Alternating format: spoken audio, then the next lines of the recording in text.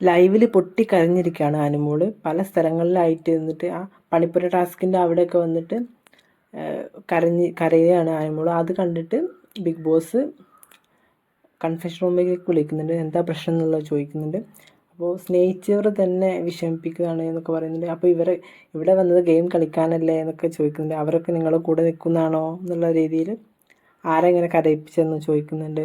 പിന്നെ അമ്മയുടെ സൗണ്ട് ഒന്ന് കേൾപ്പിക്കണം, അമ്മയും അച്ഛനെയും ഒന്ന് വിളിച്ചു തരുമോ, ഒരു 10 സെക്കൻഡ് അവരെ ഒന്ന് എനിക്ക് അവരോടൊന്ന് ജസ്റ്റ് സംസാരിച്ചാൽ മതി എന്നൊക്കെ പറയുന്നുണ്ട്. അവരൊന്ന് പിടിച്ച് നിൽക്കാൻ പറഞ്ഞാൽ ഞാൻ ഓക്കെ ആവും, എനിക്ക് അവരോട് ഒന്ന് ജസ്റ്റ് സംസാരിക്കാമെന്ന് വീണ്ടും വീണ്ടും പറയുന്നുണ്ട്. പക്ഷേ വിളിച്ചിട്ടില്ല.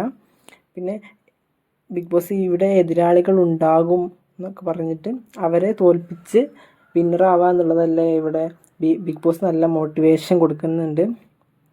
പിന്നെ കുറച്ച് നേരം അവിടെ തന്നെ ഇരിക്കാൻ പറയുന്നുണ്ട്, കുറച്ചൊന്ന് ആശ്വാസമാവുന്നത് വരെ. പല സ്ഥലങ്ങളിലായിട്ട് പോയിട്ട് അനുമോൾ കരയുന്നുണ്ടായിരുന്നു. ബാത്റൂമിൻ്റെ അവിടെ ഒറ്റയ്ക്ക് പോയിട്ട്.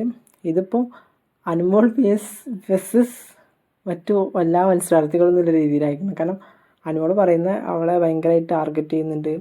അവർ നമ്മളോട് നല്ല രീതിയിൽ നിന്നിട്ട് പിന്നീട് നമ്മളെ ടാർഗറ്റ് ചെയ്യുന്നു എന്നുള്ളതൊക്കെയാണ് അനുമോളെ പ്രശ്നം. പിന്നെ